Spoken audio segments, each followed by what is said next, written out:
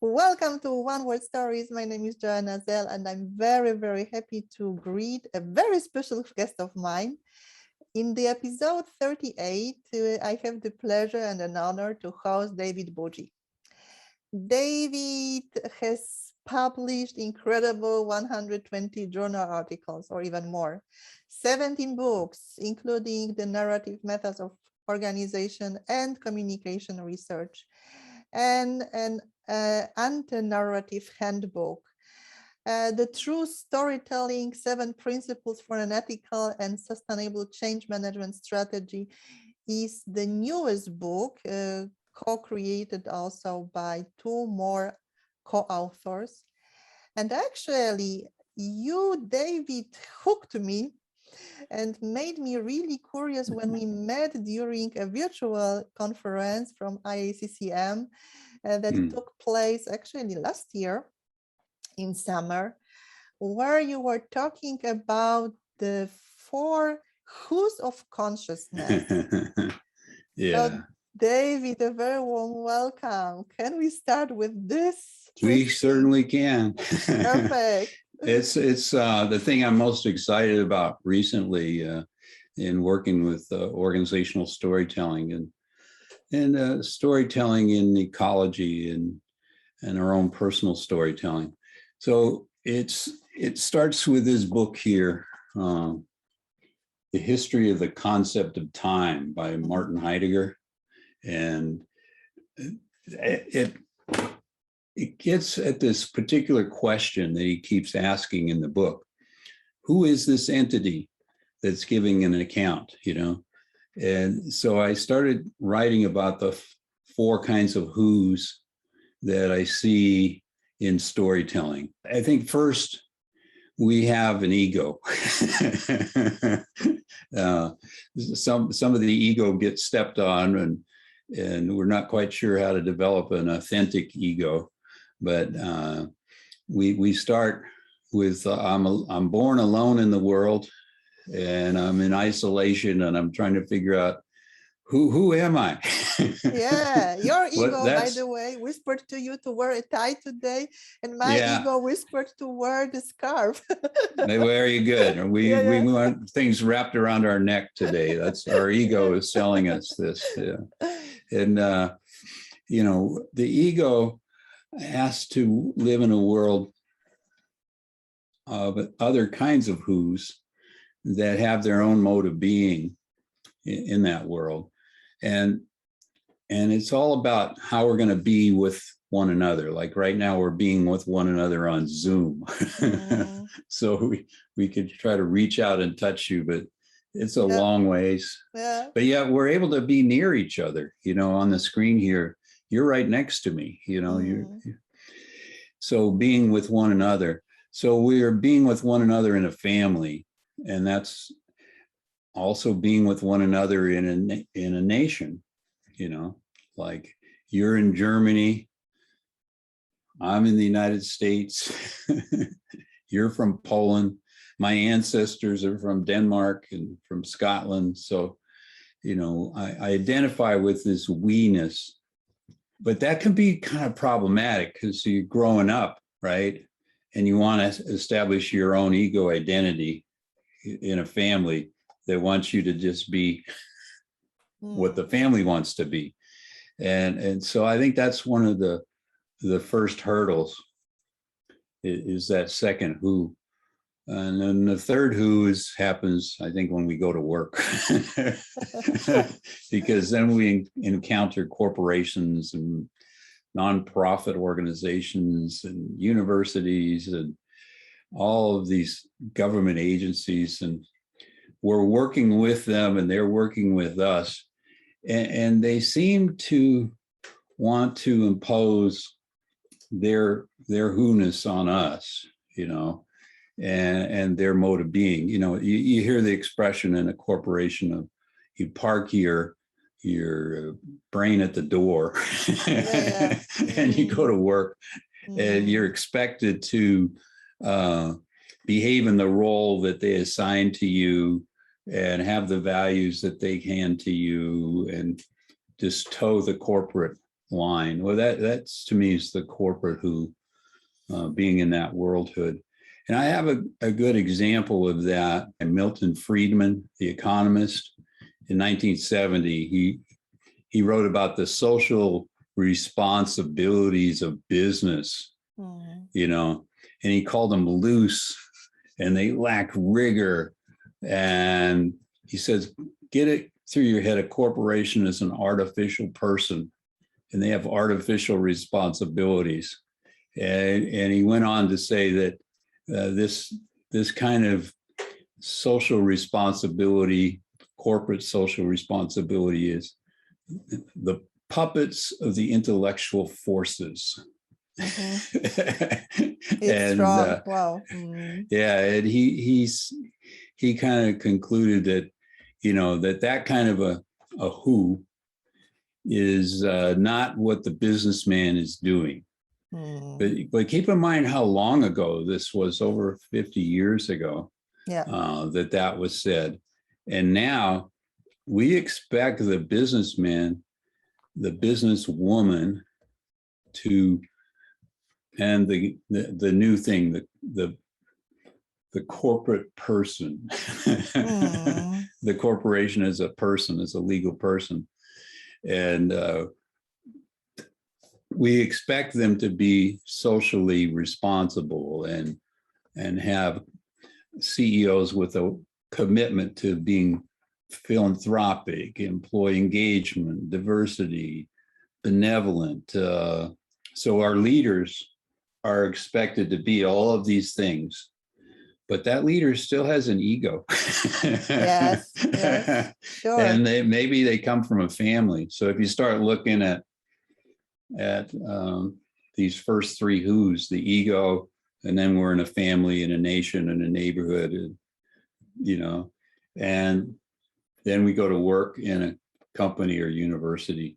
So those three who's are, each of them is a kind of contest to overcome an obstacle, like the ego, who is trying to establish their identity in a world of others, you know, and then the who of the family and the nation, that can be very dominating. It's different in different societies, you know, but I mean, if you're born into a really strict family, they expect you to go to the same church and to marry the same kind of person, and you know, there's a lot of restrictions on identity. And then as a teenager, I don't know about you, but I'm acting out and I want to get away from the family and establish my own way. And I think that I go to work at a company or something and it's going to help me. It's not helping. I was confused. You cannot have a holiday from your own. Yeah, I have to take a holiday from the who.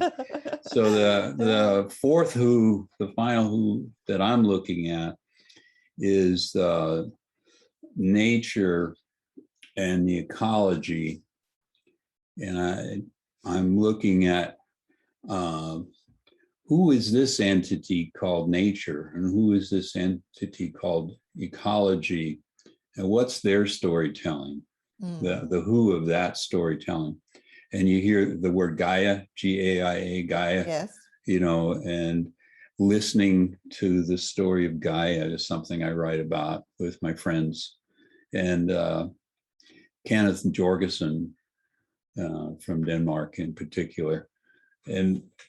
And we write about listening to Gaia and the living systems of ecology, because, well, maybe corporations haven't been listening too well, and maybe CEOs haven't been listening, and maybe families. So, and maybe my ego. So we haven't got enough understanding of the who. And I've traced this gap. I'm old, okay? So you're young. One of the things I've started to do is I'm going back to my doctoral student days, what did they teach me in that doctoral program at University of Illinois? And wonderful people there, wonderful mentoring. But do you know, I had a course on environment, the environment of organization, and it never mentioned the word nature. It never mentioned the word ecology. So there's this period of time. I was in doctoral programs, say from 75 to 78, somewhere in there. And at that time, they were influenced by the old school notion of March and Simon of a bounded rationality. Yeah. And the bounded rationality is very cognitive understanding of, say, storytelling. And they just erased nature. And if you said, and if you looked at what they meant by the word environment, it was always other organizations. And it wasn't until decades later that strict bounding of rationality to focus on organizations in my field is organization. So they were very focused on a phenomenology of organization to other organizations. And I think that really hurt us. It really stalled us, you know? Yeah. You know, when I listen to you, I can relate really to every single word you are saying right now in terms of this who's, the four who's, and how much, first of all, the emotions were neglected from the corporate world. And this is something that is in my head regarding this new leadership, because what you also emphasize a lot in your approach is that you started to work with these different processes of system change to heal relationships between the women and men and also other genders, but also among people in general, in the corporate world, in the organizations, and in general in life, because of this huge polarization, because of neglecting also, you know, some, let's say, truth. And this is exactly the point. You talk about true storytelling. Uh-oh. Oh, yes. We're going to go there. Huh? What do you mean with true storytelling, and how can leaders, act accordingly to the true storytelling? Well, I have an appointment. I have to go. Well, I got together with two Danish colleagues, Jens Larsen and Lena Brun, and we got together in Copenhagen and wrote this book called True Storytelling. And that we wrote it before we were talking about the who's. In the seminars we do for people, we go through the principles of true storytelling, you know, and the first principle is you must be true.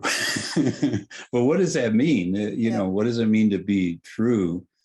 And so we put it in what we call the four hearts. And this comes before the who's. The reason we did the first principle, what's true, is we wanted to have a set of accompanying processes that I call antenarratives, and we wanted to have these processes related to each of the principles. And so the first process that fits the first principle, we believe, is going beneath.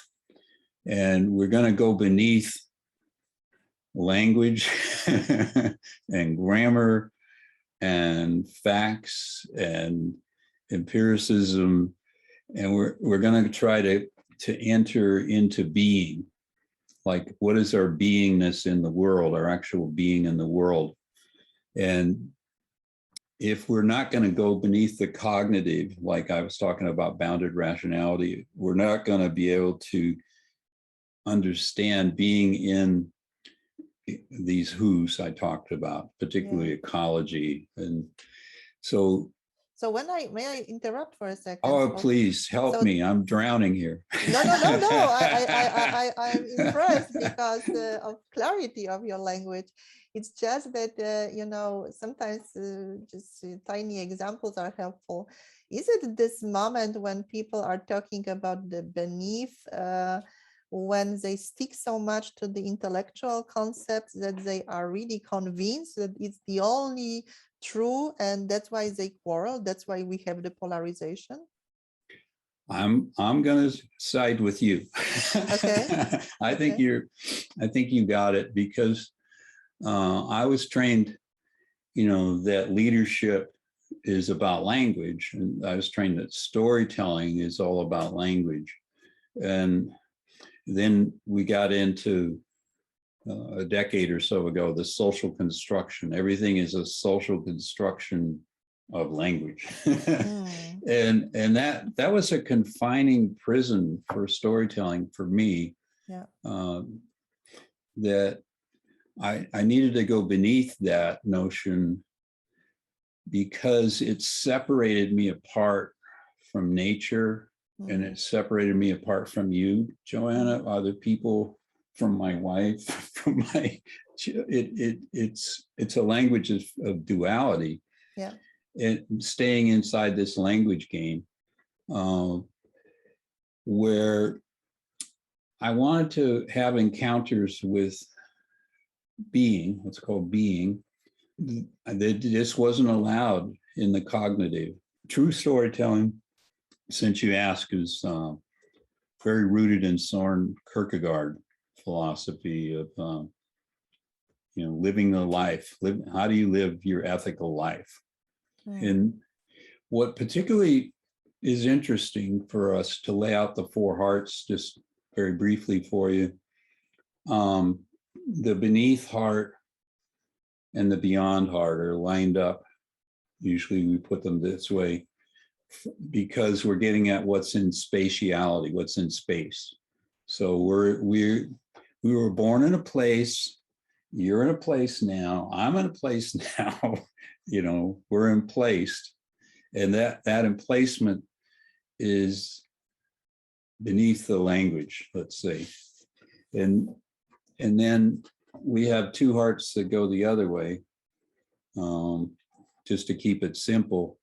And we have the before, and that's all the history and the temporal and trauma experiences we've had, and forgetting trauma experiences and being stuck in those experiences in the past. And then, so that's all in the before. And then we carry that before into the present. Yeah. It comes there. And then the other heart is way out here, what I call bets on the future. And for the longest time, that kind of prospective sense making of bets on the future wasn't allowed in the bounded rationality world of organizations. It was all, we can look backwards at retrospection,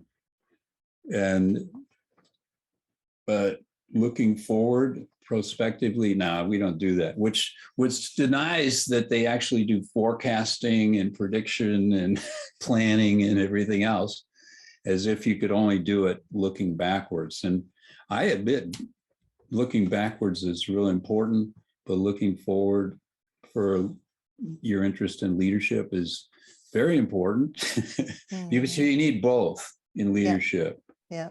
Because if you're only looking forward, you say, we're going to do this new thing and make an investment in our organization, and we're going to go into these new markets and forget about the past, you're going to leave your people behind. and they're going to become resistors to your leadership, because they're going to say, well, I'm sorry, but we already were doing some of that, and I need to know how what we're doing bridges to where you're going, and I'm just going to hold on to myself in my seat here and have a death grip until you change and to do something else. So this is for true storytelling, we find it to be kind of needless resistance for leadership in particular, because you're kind of creating the resistance by not attending to the past and by rushing through the implementation. So pay me now or pay me later. You know what I mean? Yeah. If you're not going to listen to the people there and you're just going to like run way ahead down the trail, and you're going to look around and go, nobody's following me. Oh yes, this is, yeah, but this is, this is because people are not really leaders. This is because they are managers. They are given the power. Yeah. Oh yeah, that's another thing. Yeah. Well, managers, sad state of affairs, managers, because here they are in this hierarchy, and you're in the middle somewhere in this hierarchy. You're not in the top, with the supposed long view of the future, the long view of the founding. You're like, your job is to work in this particular division, in this department, and run this set of people and these resources for those customers. And you say, well, what about the rest of it? None of your business. So actually the biggest, let's say, pain in case of the managers who really have these leadership qualities and they have wonderful leadership skills is that they are part of the system and they have to comply, isn't it? They have to comply, and if they don't comply, they're not going to stay long.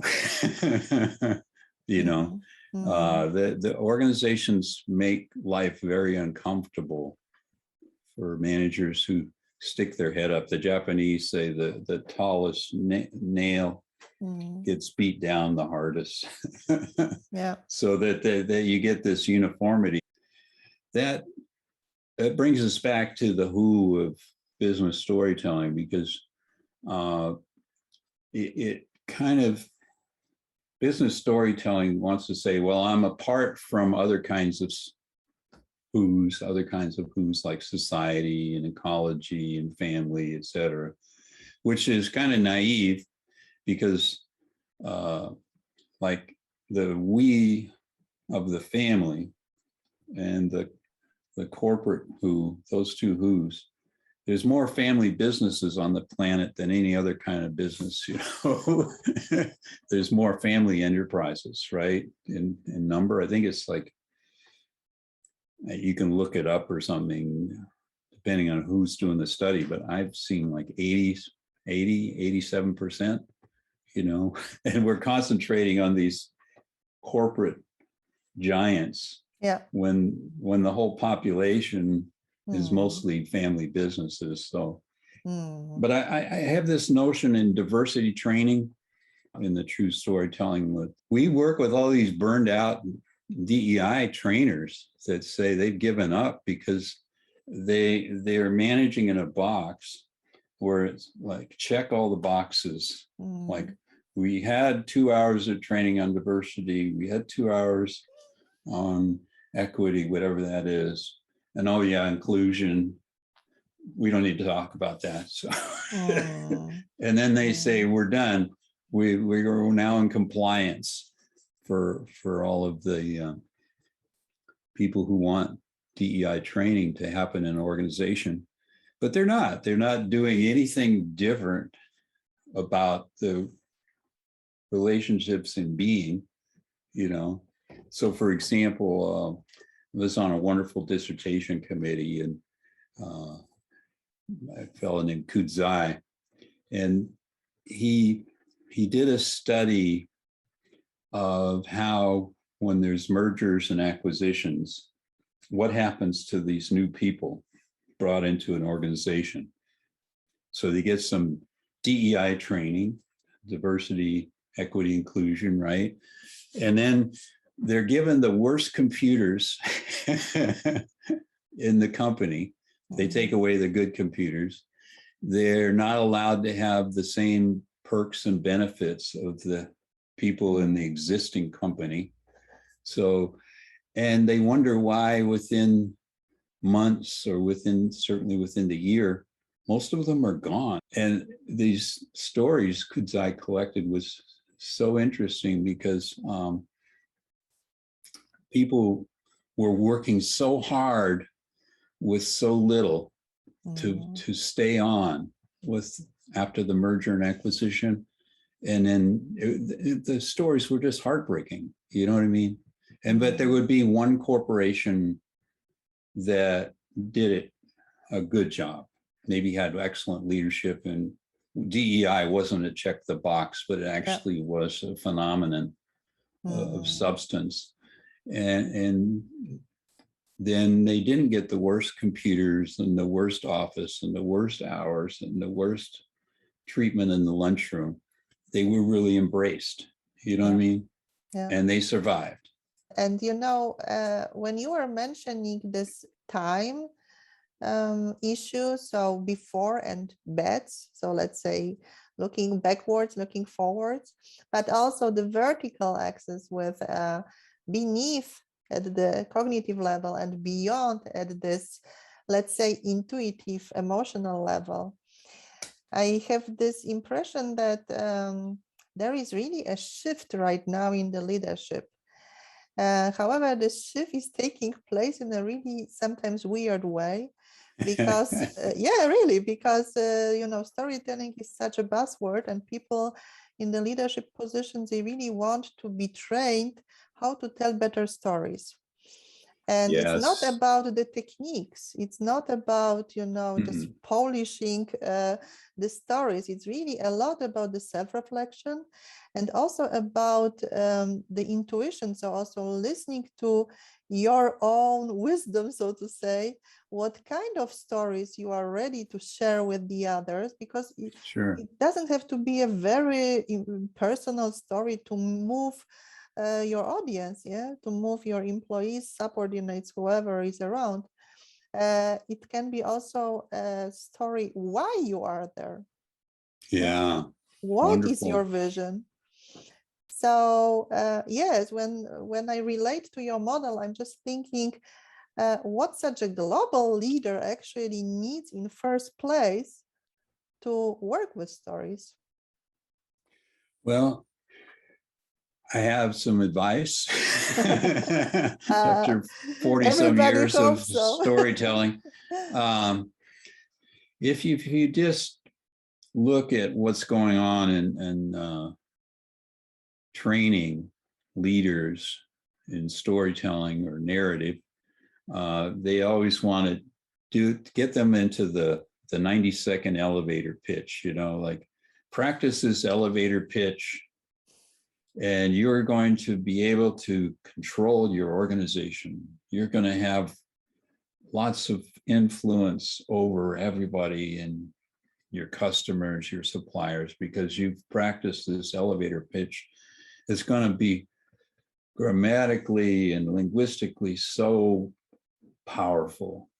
And then they practice, and investors even use this, practice your elevator pitch as an entrepreneur, and we're going to listen here for 90 seconds and decide to give you $1 million for your invention, and I think it's just terrible advice. From a true storytelling perspective, what we want is, how do you live your story? Are you living your story in the mode of being in the world? People can look at how your actions are, and they get that impression of you. And all the elevator pitches in the world aren't going to replace the way you're being in the world. So if your elevator pitch is, I have an open door, and you can come in and join me every time, and there's 6 locks on the door and 10 assistants barricading the door before you can get an appointment. I once tried to get an appointment with the president of a university and a provost together, and they didn't have any open times for a year to go and see them together. You know what I mean? I always give the case of Harley Davidson, the motorcycle company that was going out of business because they failed to be in touch with their suppliers, their customer base, and their workers as leaders. They were just locked up in their boardroom doing elevator pitches, I guess, for the marketing department. And they finally got on their motorcycles and took a ride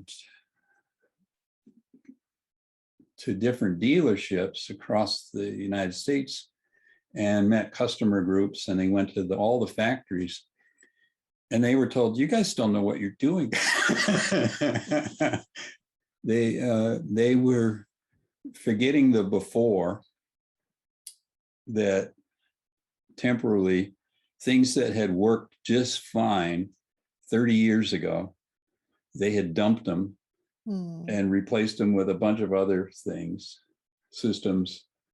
And now the Japanese were doing it the way they'd done it 30 years ago and just outselling them, outperforming them. You know, I don't know if you're a motorcycle woman, but I mean, it's, it just was, that forgetting history is not a good idea to lock yourself in a boardroom. And they went to the customers and they say, hey, we have to take off all the junk on your bike and put on new mufflers, a new carburetor. We have to get it, you know, the body parts don't look good. We stylize those. Why don't you just make a really good looking bike that doesn't leak in the first place, so we don't have to do all this stuff, you know? So they got to listen.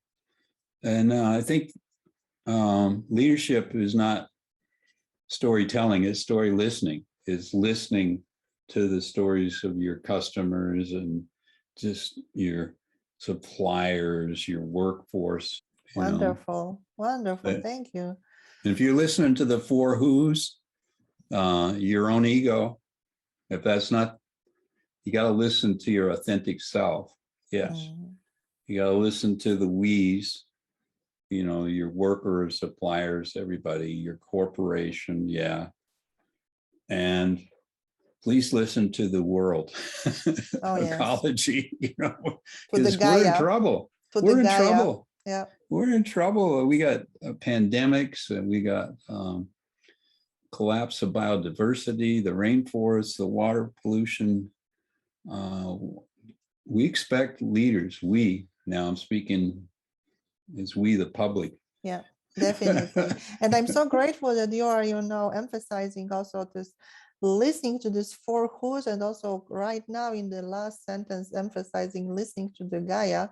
This is really yes, just the guarantee of our future. Yeah. David, you also mentioned that we currently are also in these turbulent times, and also, you know, the pandemics goes on. And this is also the tradition of one-word stories. And I ask all my guests this one question: what was this one word that actually supported you during this turbulent time? The one word that supported me. And what is the story behind? Yeah. Well, since we must speak the truth. The truth. And I was speaking about, I would say it's spirituality, because when I met Grace Ann, you met Grace Ann, my wife? Grace Ann Roselle? No. Yeah, well, I met her at a food line, and she was, and I spotted her, and I got in behind, I cut in line, you know, which is a violation. Yeah. And I got behind her, and she was talking to this woman in front of her. She says, I'm only going to date vegetarians from now on because I had to make my ex-husband meat, and I don't want to do that in the future.